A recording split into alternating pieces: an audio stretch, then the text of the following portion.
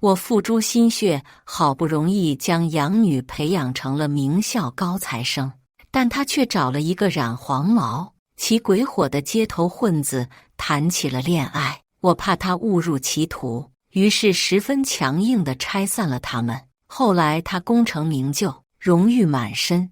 我本以为他会感谢我曾经的做法，却不想他一直恨极了我，觉得是我毁掉了他的爱情。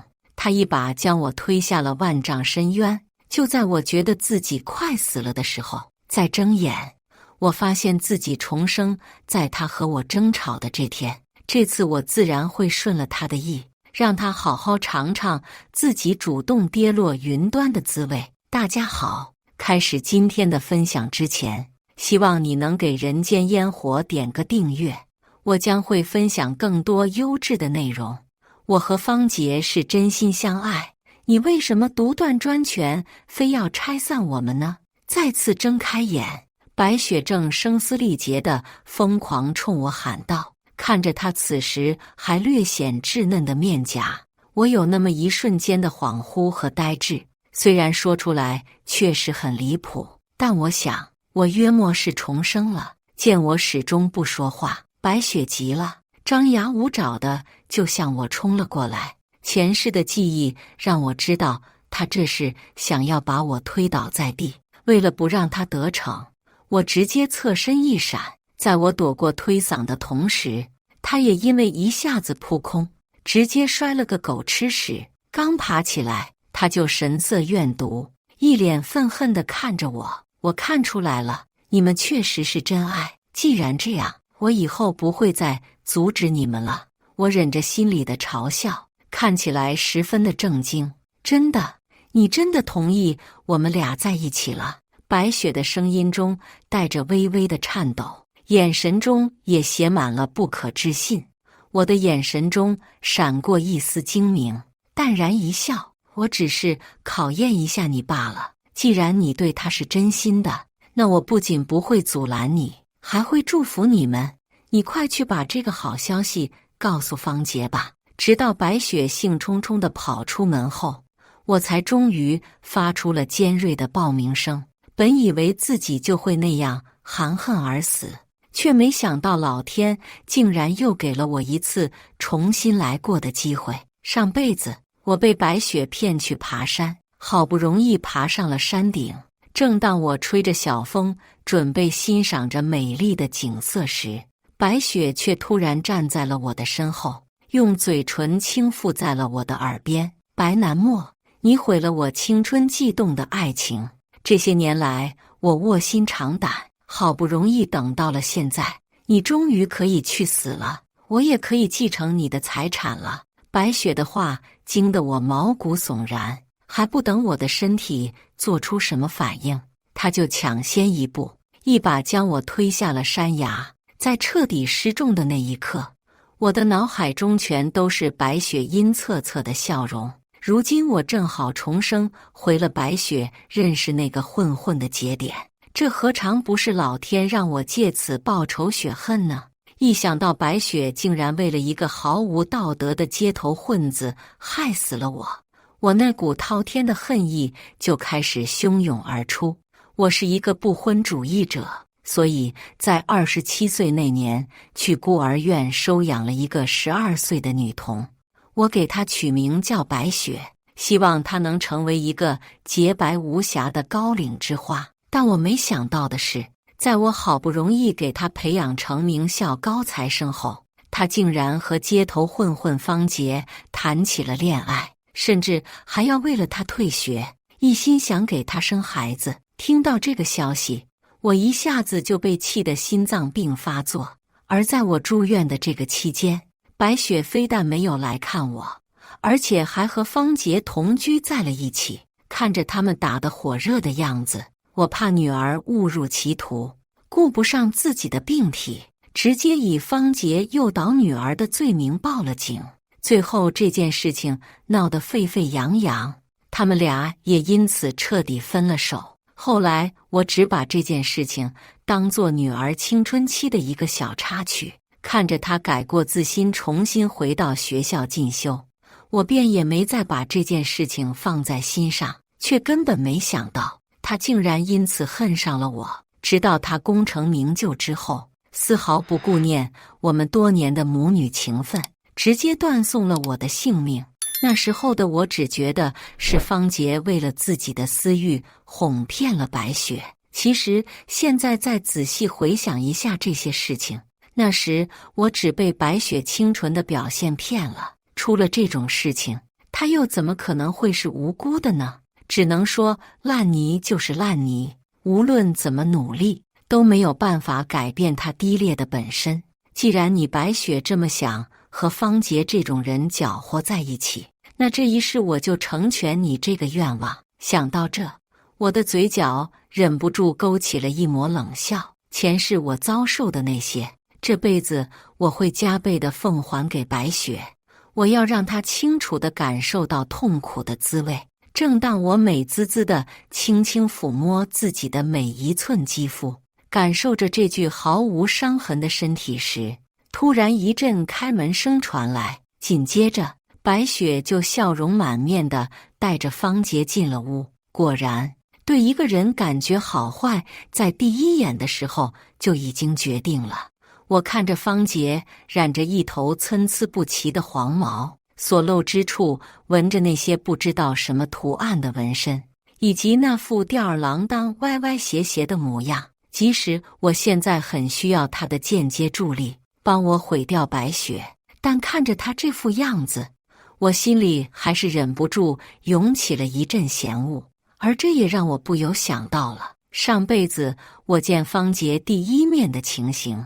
那时我刚知道白雪谈了恋爱，秉着对女儿的保护以及对男主人公的好奇，于是我向别人打听了他的位置，想看看到底是何方神圣能入得了我金贵女儿的眼。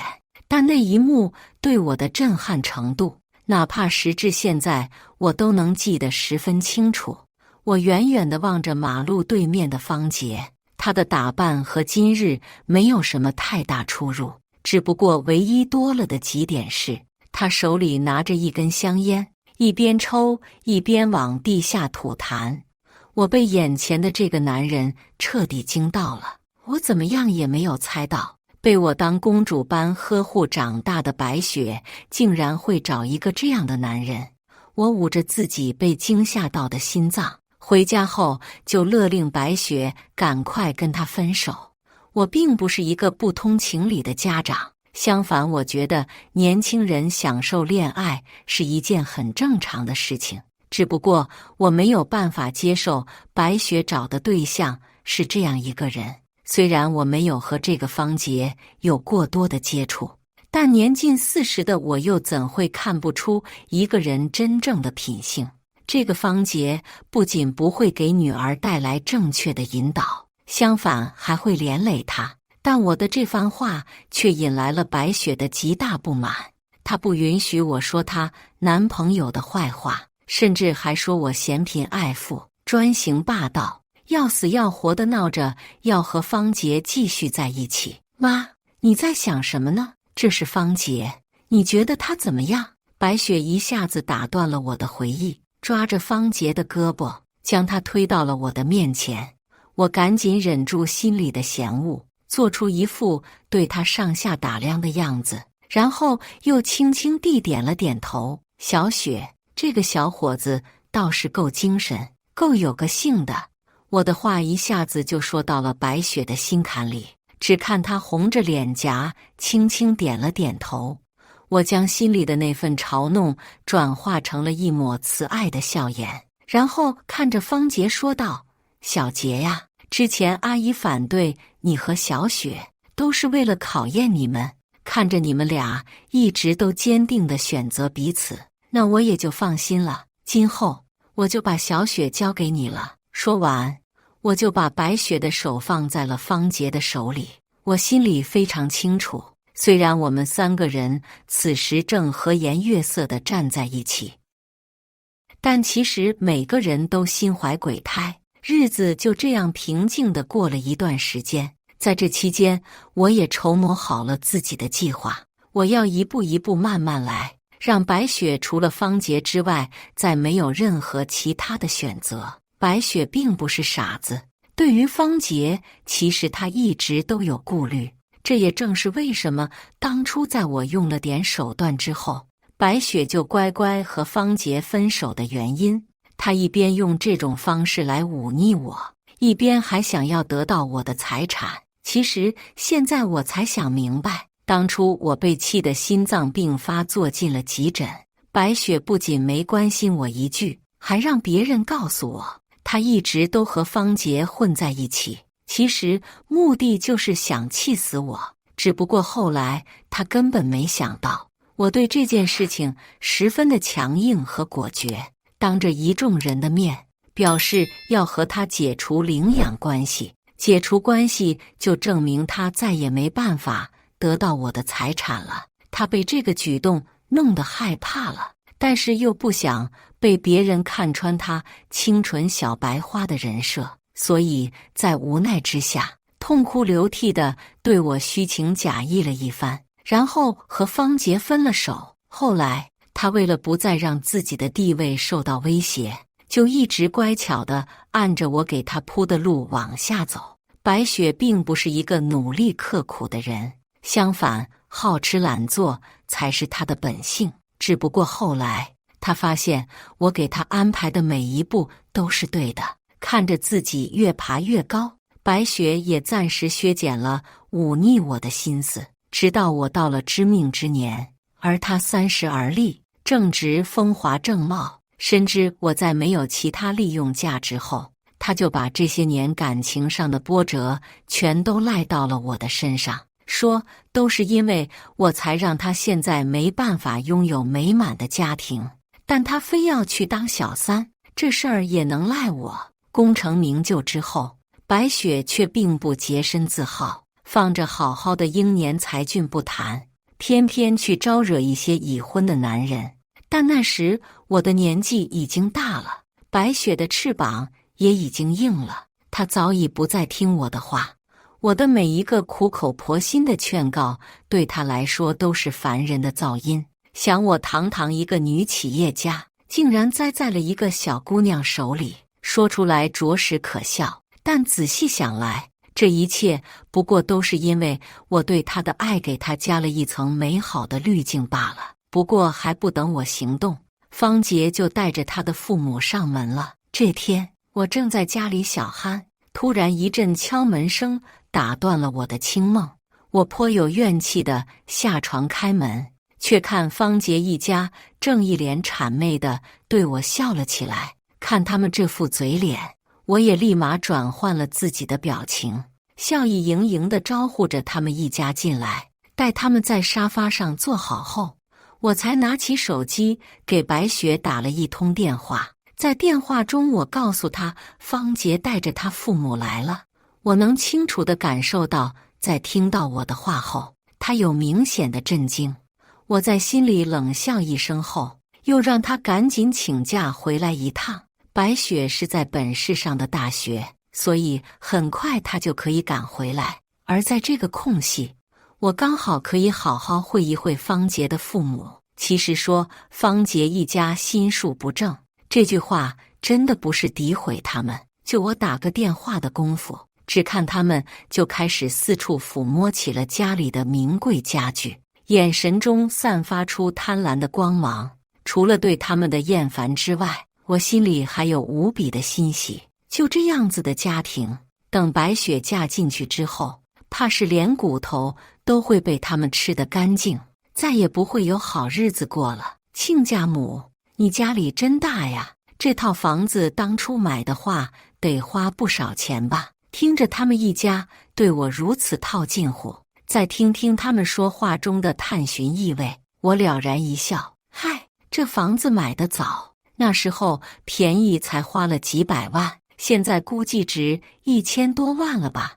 我看似随意地回答了他们的话，但却在不经意间时刻展露出自己的财富。看着他们惊叹的眼神，我眼底的笑意也愈发浓烈了起来。随意地寒暄了几句之后，白雪也满头大汗地回来了。看着她被汗浸湿的衣服，我知道这一路他肯定十分焦急。小雪，你总算是回来了，方杰和他爸妈在这儿等了你好一会儿了。我一边对白雪说着，一边把她拉到了方杰父母的面前。其实我能明确感觉到白雪身体的僵硬和那不情愿的情绪，不过现在我可不在乎这一点。小雪，快和叔叔阿姨打个招呼。我催促着白雪说话。过了几秒钟后，她才冷硬地说了几句话，然后就一个人走到了沙发的一角，在那儿窝了起来。这孩子哪儿都好，就是有点害羞，估计是见到你们不好意思了。我在笑着打圆场的同时，也在开始捧杀白雪，把她捧上高台，让她不好意思再说什么拒绝的话。年轻人嘛，觉得不好意思很正常，我们也都是从这个时候过来的。方杰的母亲笑着摆了摆手，对白雪恭维了起来。其实就算是白雪明确表现出不待见他们现在也不会说他一个不好，毕竟对他们一家来讲，这是他们唯一可以一步登天的机会。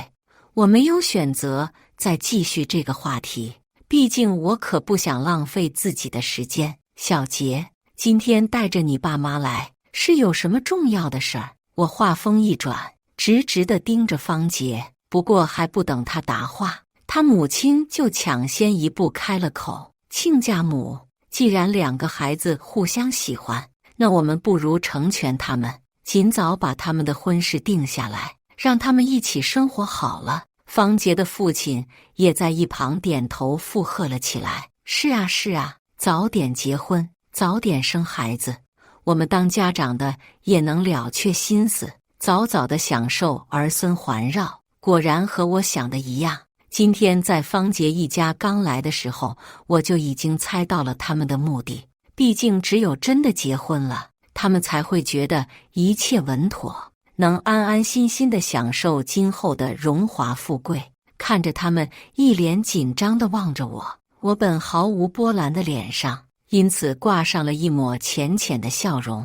你们说的有道理，毕竟一切都是为了孩子嘛。我话音刚落，他们就像松了口气般深呼吸了起来。也是，毕竟在他们心里，只要我答应了这事儿，那便再没有什么阻碍了。只不过事情可并非像他们想的那样。很快，我身后就传来了一阵娇俏的声音：妈。白雪的声音中有不满，有责怪，甚至还有一股委屈的味道。我转头看向她，只见她此时正嘟着小嘴，拧着眉，一副我见犹怜的样子。如果不仔细看的话，还真的会忽视她藏在沙发后面的手已经被紧紧攥成了拳头，甚至因用力而突出的青筋也显得狰狞万分。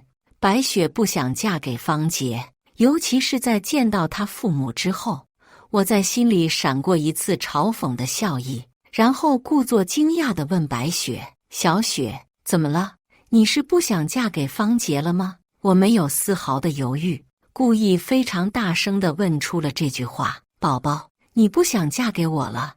你当着那么多人的面说喜欢我，现在你又反悔了。还不等白雪表态，方杰就一下子冲到了他的面前，紧紧抓着他的手，字字泣血地质问起了白雪。直到他听到街坊邻里都知道了当初他对抗我时说的非方杰不嫁的话，他的脸色终于变得古怪了起来。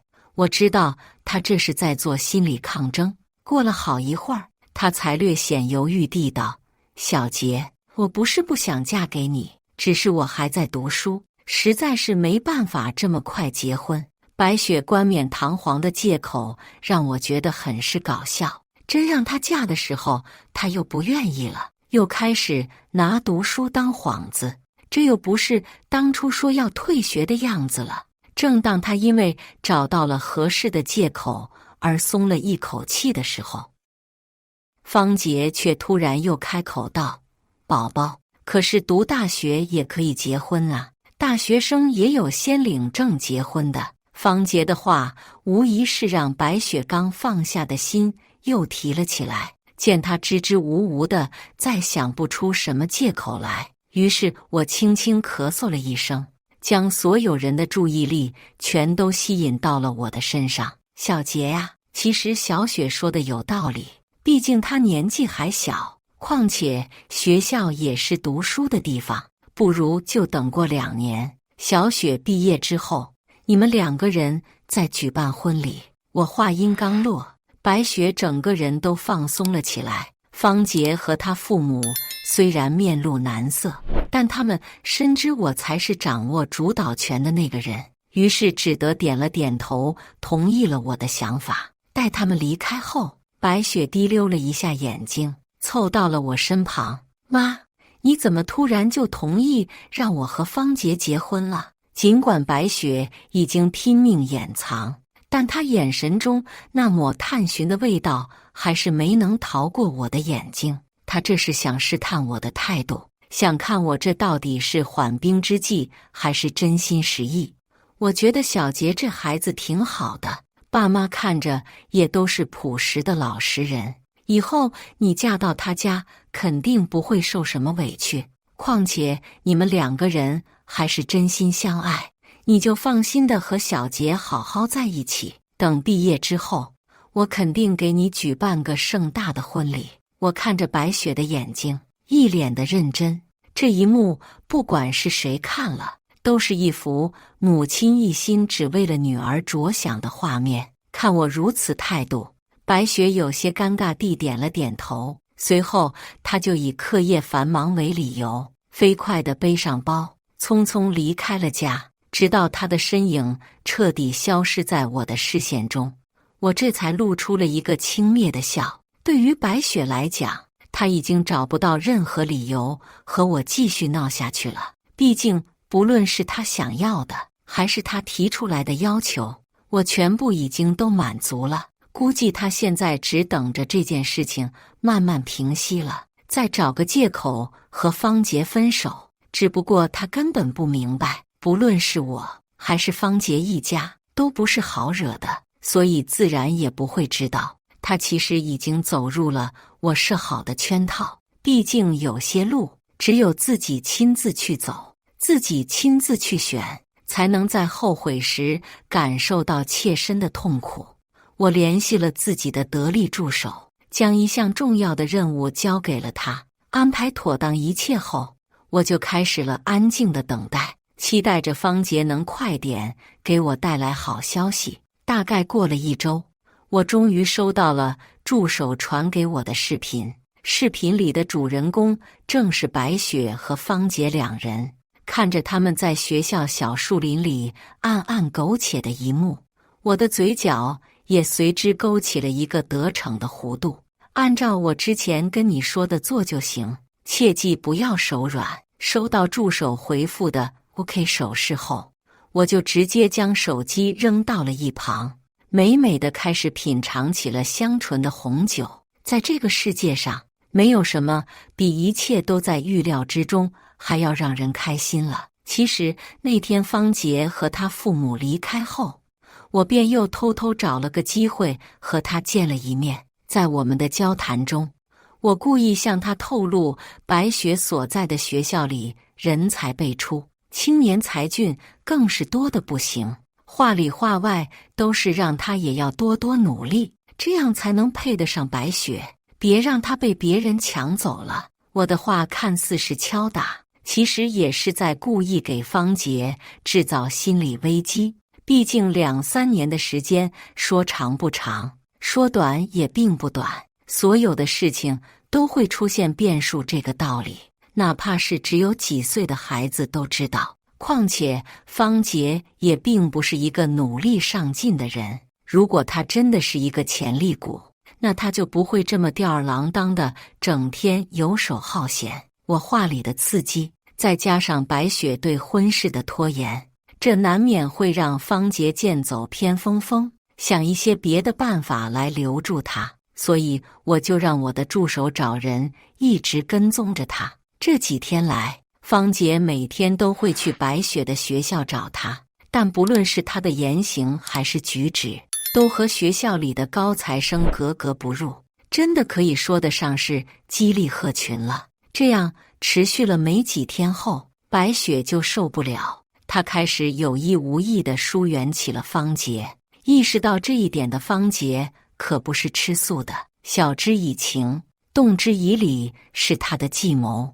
方杰先是打感情牌，告诉白雪自己是有多么的爱她，然后又说他们已经互相见了家长，已经算是订婚了。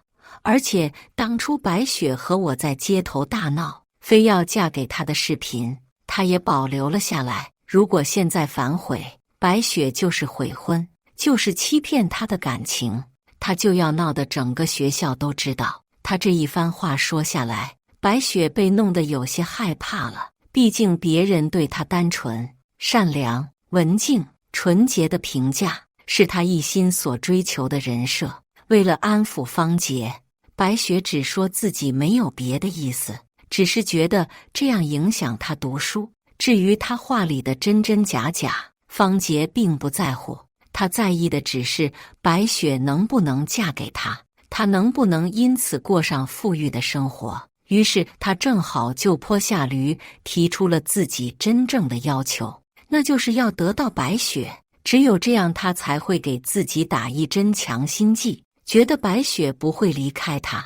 为了保住自己好名声的白雪，几乎没怎么犹豫，就答应方杰的要求。当天晚上，两个人就在寂静无人的小树林里热火朝天了起来。让他们没想到的是，我的助手录下了他们的全过程。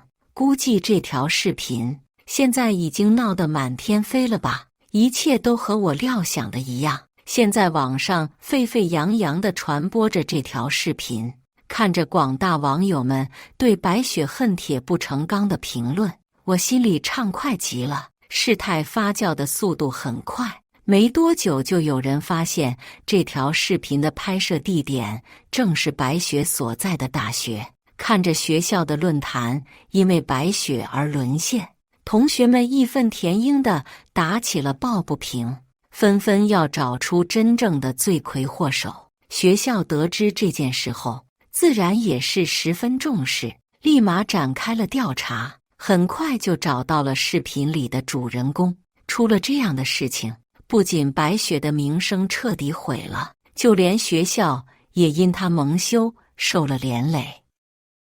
再加上后续的调查中，学校发现方杰在陪白雪上课的时候，不仅在课堂抽烟、辱骂他人，而且还多次打断老师的讲课，十分的蛮横无理。所以最后，经过校领导们的一致决议，学校不能姑息这样的学生和事情，直接开除了白雪。听到这个消息后，在拍手称快的同时，我也做好了一系列的准备。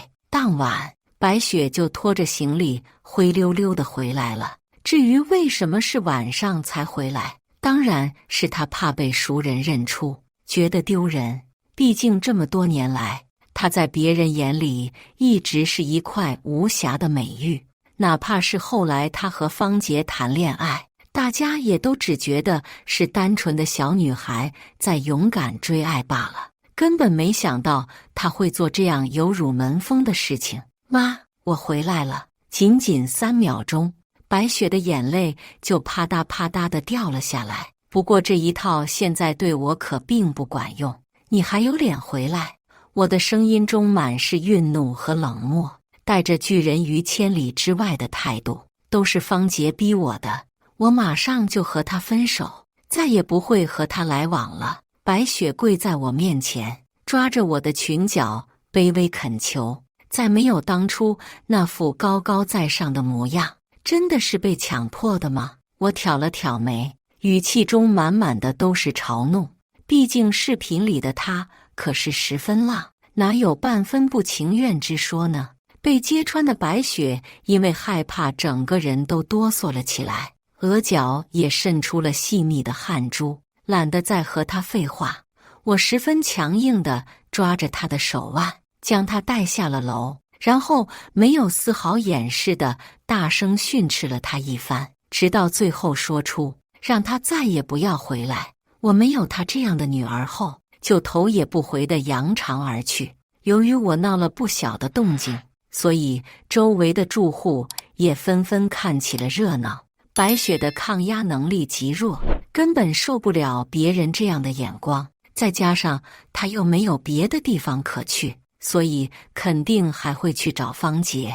至于我为什么会这么肯定，因为在这件事情闹得沸沸扬扬的时候，我就已经停掉了给白雪的所有卡。这也正是为什么她一回家就立马低三下四、卑躬屈膝向我道歉的原因。